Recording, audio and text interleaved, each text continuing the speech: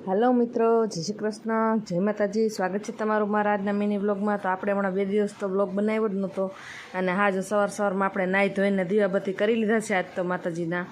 अने आजे दीवाबत्ती कर्या ने हमणां तो थाक लागी गयो तो 2 દિવસनो। तो हवे ज आपणे आ पाणीनो वारो हतो, कपड़ा 2-3 દિવસना भेगा थया बधाय धोया अने जो फर्युं ने एवुं बधुं धोयुं, मस्त मजानुं चोख्खुं कर्युं।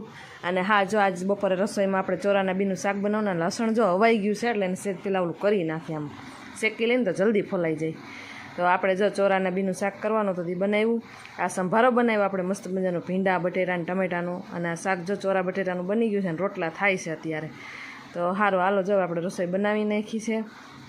અને આ જો રોટલા, અને આ જો વિશાલ આવી ગયા ને આપણે જમવા માટે બેસી ગયા છીએ। વિશાલને પૂછ્યું કેવું થયું શાક, તો કે મસ્તીનું થયું છે હોય કે જાજા દિવસે શાક રોટલા ખાધા ને તો મજા આવી ગઈ। હમણાં તો બહારનું ને એવું બધું જ હાલતું હતું, છાશ ને બધું। અને આ બેને જો કોણ જાણે કેટલી નીંદર આવતી છે ને એ જ ખબર નથી પડતી, જઈ જોઈને તે હુંતા જ હોય બે।